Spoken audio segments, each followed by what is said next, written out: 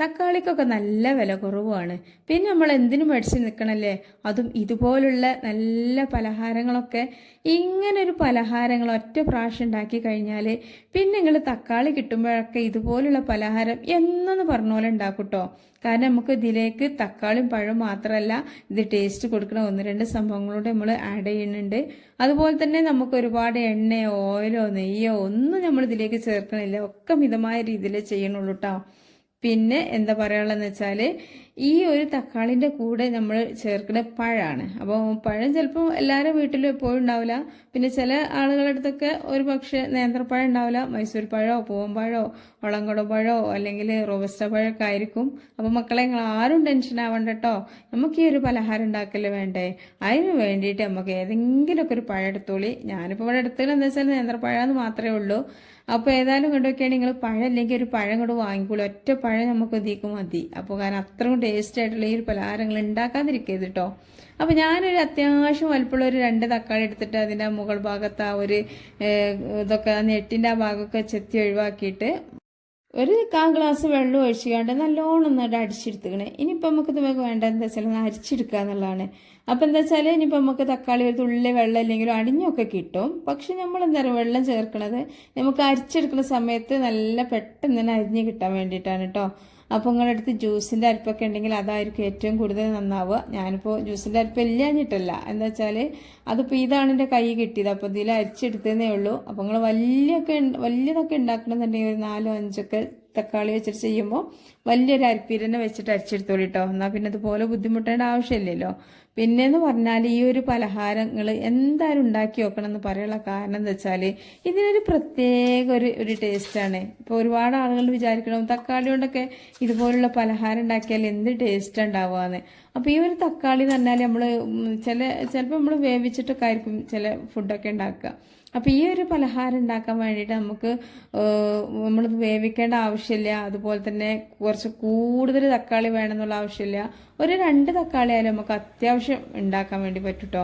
അപ്പോൾ ഏതായാലും ഞാൻ ആ 2 തക്കാളി എടുത്തിട്ട് അടിച്ചത് അതുപോലെ ഒന്ന് മാറ്റി വെച്ചിരിക്കണേ. എന്താ വെച്ചാൽ അരിക്കലൊക്കെ കഴിഞ്ഞിരിക്കണേ.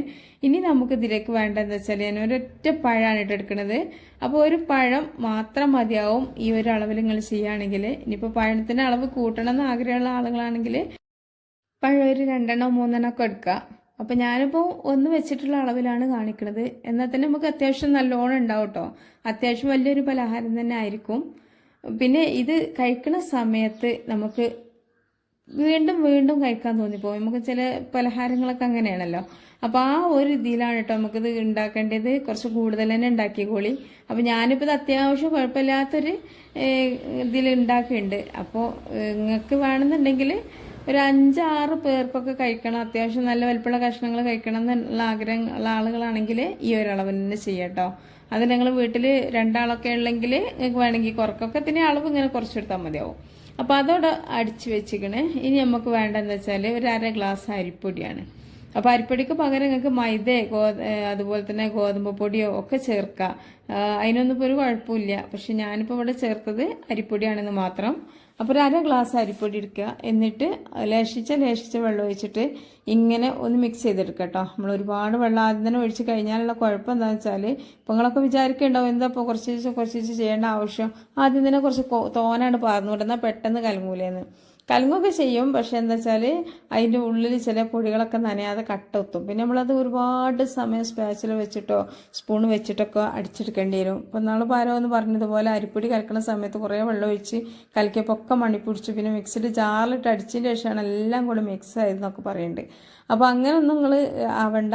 ആദ്യം തന്നെ കുറച്ച് വെള്ളം ഒഴിക്കുക, എന്നിട്ട് പൊടിയിടുക, പിന്നെ കുറേശ്ശെ വെള്ളം ഒഴിച്ചിട്ട് ഇങ്ങനെ മിക്സ് ചെയ്തെടുത്താൽ വളരെ പെട്ടെന്ന് നമ്മുടെ മിക്സിങ് ഇവിടെ റെഡി ആയി കിട്ടും. അപ്പോൾ ആ ഒരു മിക്സിങ് നമ്മൾ ഈ ഒരു ഇതുണ്ടല്ലോ തക്കാളിയും എല്ലാം കൂടെ അടിച്ച് അയക്ക് ഒഴിച്ചെടുത്തണം കേട്ടോ. എന്നിട്ട് കുറച്ച് വെള്ളം കൊണ്ട് ആ ഒരു പാത്രം ഒന്ന് ചുവറ്റി പാരുന്നുണ്ട്. എന്ന് വെച്ചാൽ ഇതിക്ക് കുറേയൊക്കെ ഉണ്ടായാലും വെള്ളം പെട്ടെന്ന് അങ്ങോട്ട് കയറുമൊന്നുമില്ല. അപ്പോൾ വെള്ളത്തിൻ്റെ കാര്യത്തിൽ നിങ്ങൾ പ്രത്യേകിച്ച് ശ്രദ്ധിച്ചെടുങ്ങാറാണ്ട ആവശ്യമൊന്നുമില്ല കേട്ടോ. വെള്ളമൊക്കെ ഇപ്പം നിങ്ങൾക്ക് ഇതിൽ കണ്ടാൽ തന്നെ മനസ്സിലാവുമല്ലോ. ആ ഒരു അളവിലെടുത്താൽ മതി. ഇനി വേണമെന്നുണ്ടെങ്കിൽ കുറച്ച് കൂട്ടി കുറയ്ക്കുകയൊക്കെ ചെയ്യാം. അപ്പോൾ അതൊക്കെ റെഡിയാക്കിയതിൻ്റെ ശേഷം അതിലേക്ക് നമ്മൾ ഒരു മുറി തേങ്ങൻ്റെ പാലൊന്ന് അടിച്ച് വെച്ചിന് കേട്ടോ. ഇനിയിപ്പം തേങ്ങൻ്റെ പാലെടുക്കണ വീഡിയോ ഒന്നും എടുത്തിട്ടില്ല, അതിനിപ്പോൾ ആവശ്യമില്ലല്ലോ. അതിപ്പോൾ എല്ലാവരും എല്ലാവർക്കും അറിയണ ഒരു കാര്യമില്ലേ. അതുകൊണ്ടാണ് ഇനിയിപ്പോൾ ഒരുപാട് ലെങ്തി ആണ്ടെന്ന് വിചാരിച്ചിട്ട് ഏതായാലും ഒരു അരമുറി തേങ്ങ ചിരകിയിട്ട് അതിൻ്റെ പാലൊന്ന് പിഴിഞ്ഞെടുത്തിട്ടുണ്ട്. ഇനി നമുക്ക് വേണ്ട എന്താ വെച്ചാൽ ലേശം നെയ്യാണ് കേട്ടോ. അപ്പോൾ നെയ്യ് ഇല്ലാന്നുണ്ടെങ്കിൽ ലേശം ഓയിൽ ചേർത്താലും മതിയാവും. അപ്പോൾ ഞാനിതാ ചെറിയൊരു സ്പൂൺ എടുത്തിട്ടുണ്ട്. അപ്പോൾ 2 ടേബിൾ സ്പൂൺ നെയ്യാണ് കേട്ടോ ഇട്ട് കൊടുക്കുന്നത്. അപ്പോൾ ആദ്യം കുറച്ച് മുകൾ ഭാഗത്ത് കുറച്ച് വെള്ളം പോലെ ഉണ്ടായി നെയ്യിൻ്റെ. അപ്പോൾ അത് എടുത്തിട്ടു. പിന്നെ ആ സ്പൂണോട് കുറച്ച് കോരിയൊക്കെയാണ്.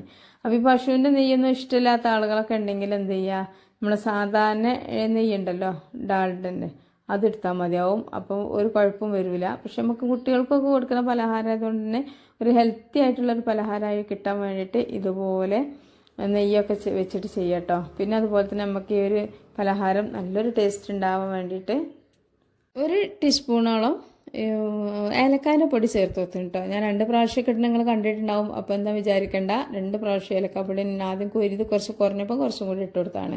പിന്നെ അതുപോലെ തന്നെ നമുക്കിതിലേക്ക് ഏറ്റവും കൂടുതൽ ടേസ്റ്റ് കൊടുക്കുന്ന സംഭവമാണ് ജീരകത്തിൻ്റെ പൊടി. അപ്പോൾ ലേശം ജീരകപ്പൊടിയും കൂടി ചേർത്ത് കൊടുത്തിട്ടുണ്ട് കേട്ടോ. അതുപോലെ തന്നെ പഞ്ചസാര, ഞാനിത് പഞ്ചസാരയിലാണ് ചെയ്യുന്നത്. നിങ്ങൾക്ക് നല്ല പഞ്ചസാര വേണ്ടാന്നുണ്ടെന്നുണ്ടെങ്കിൽ എന്ത് ചെയ്യുക, ശർക്കര ആദ്യം 2-3 അച്ച് ശർക്കര എടുത്തിട്ട് അതിൻ്റെ ശർക്കര പാനി റെഡിയാക്കി എടുത്തിട്ട് ചൂടാറിയതിന് ശേഷം ഈ ഒരു ബാറ്റർക്ക് ഒഴിച്ചെടുത്താൽ മതി കേട്ടോ ശർക്കര പാനി. അപ്പോൾ ഇതാ ഞാൻ പഞ്ചസാരയിലാണ് ചെയ്യുന്നത്, ഞാൻ പറഞ്ഞില്ലേ. അതുകൊണ്ട് തന്നെ ഒരു 1/2 കപ്പ് പഞ്ചസാര, ഒരു 1/2 കപ്പിന് മേലെ ഉണ്ടാവും, 1/4 കപ്പോളം പഞ്ചസാര എടുത്തിട്ട് ഇതിലേക്ക് ഇട്ട് കൊടുത്തിന് കേട്ടോ. എന്നിട്ട് എല്ലാം കൂടി മിക്സ് ആക്കിയിട്ട് നമുക്കൊരു ചട്ടിയിലേക്ക് ഒഴിച്ചു കൊടുക്കാം. എന്താ വെച്ചാൽ ഈ ഒരു ചട്ടിയിൽ നമ്മൾ ചെയ്തെടുക്കുമ്പോൾ നോൺ സ്റ്റിക്കിൻ്റെ ചട്ടിയാകുമ്പോൾ എന്താ പറയുക ഗുണം, നമ്മൾ സാധാരണ സ്റ്റീലിനേക്കാളും അലുമിനിയനേക്കാളൊക്കെ ഇത്തരം സംഭവങ്ങളൊക്കെ നമ്മൾ ചെയ്തെടുക്കുമ്പോൾ നോൺ സ്റ്റിക്കിലായാൽ ഒരുപാട് സമയം നമുക്ക് ഇളക്കേണ്ട. പക്ഷേ എപ്പോഴും ഇളക്കേണ്ടെന്നല്ല, നമ്മൾ തീമേൽക്ക് വെച്ച് കഴിഞ്ഞാൽ തീമൊക്കെ വെക്കണേ മുമ്പ് ഇളക്കണം. കാരണം നമ്മൾ ഇതിൽ അരിപ്പൊടിയൊക്കെ ചേർത്തുകൊണ്ട് തന്നെ പെട്ടെന്ന് അടി പിടിക്കാനും കുറുകാനൊക്കെ സാധ്യതയുണ്ട്. അപ്പോൾ എന്ത് ചെയ്യാം, നമുക്ക് നോൺ സ്റ്റിക്കിൻ്റെ പാത്രമാണെന്ന് വിചാരിക്കേണ്ട, തിളക്കാനാവണ വരെ ഇതിങ്ങനെ സെറ്റാണ് സമയമാണല്ലോ. നമ്മൾ ഈ ഒരു പൊടിയും എല്ലാം കൂടെ ആയതുകൊണ്ട് തന്നെ ഈ ഒരു വെള്ളം തീമിച്ചാൽ പെട്ടെന്ന് സെറ്റാവും. അപ്പോൾ സെറ്റാവാതിരിക്കാൻ വേണ്ടിയിട്ട് ഫസ്റ്റിൽ നല്ലോണം ഇളക്കി കൊടുക്കട്ടോ. ഇതൊന്ന് തിളക്കാനാണ് വരെ നല്ലോണം ഇളക്കി കൊടുക്കുക. ആ ഒരു സമയത്താണ് നമ്മൾ ഇളക്കലൊക്കെ കുറഞ്ഞാൽ പൊടിക്കൊരു കട്ട കുത്തലും, പിന്നെ നമ്മൾ എത്ര തന്നെ ഈ ഒരു പലഹാരം നന്നാക്കി എടുക്കാൻ തോന്നിയാലും ശരിയാവൂല. അപ്പം ആ ഒരു പൊടി ഫസ്റ്റിൽ നമ്മൾ തീമ വെക്കണ സമയത്ത് നല്ലോണം ഇളക്കുക. എന്നിട്ട് തിളക്കാൻ തുടങ്ങി ബബിൾസൊക്കെ വരാൻ തുടങ്ങിയെന്ന് കാണുമ്പോൾ നമുക്ക് ഇളക്കൽ കുറച്ചിട്ട് ഇതൊരു നല്ല പരുവാണ് വരെ നമുക്ക് എന്ത് ചെയ്യുക, ഇളക്കേണ്ട ആവശ്യമൊന്നുമില്ല. നമുക്ക് എന്ത് പണി വേണമെങ്കിലും ചെയ്യാം. അതിൻ്റെ ഇടയിൽ വേണമെന്നുണ്ടെങ്കിൽ ഒന്ന് ഇളക്കി കൊടുക്കുക, അത്രയേ ഉള്ളൂ കേട്ടോ. അപ്പോൾ ഏതായാലും ഞാനിപ്പോൾ ഏകദേശം ഒരു 5 മിനിറ്റോളം ഹൈ ഫ്ലെയിമിൽ തന്നെ ഇട്ടിട്ടാണ് ഇളക്കണത്. ലോ ഫ്ലെയിമിലേക്കൊന്നും വെക്കണില്ല, പെട്ടെന്ന് റെഡി കിട്ടാൻ വേണ്ടിയിട്ടാണ്. അപ്പോൾ നമ്മൾ ടൊമാറ്റോൻ്റെ ഇത് ഉണ്ടാക്കണമായതുകൊണ്ട് തന്നെ ആ ഒരു കളർ നമുക്ക് കിട്ടിയില്ല കേട്ടോ. ആ ഒരു തക്കാളിക്ക് വലിയൊരു കളറൊന്നുമില്ല.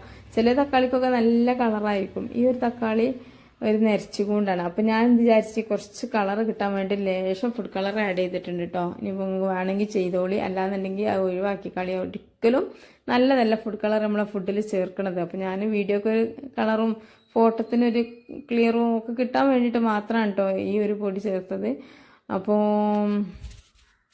പിന്നെ ഇതിലേക്ക് ഇട്ടെടുത്ത് എന്താണെന്ന് വെച്ചാൽ ഇതാണ് കേട്ടോ, കൊക്കോ പൗഡറാണ്. കൊക്കോ പൗഡർ നല്ലൊരു ഫ്ലേവറായിരിക്കും ഈ ഒരു പലഹാരത്തിന്.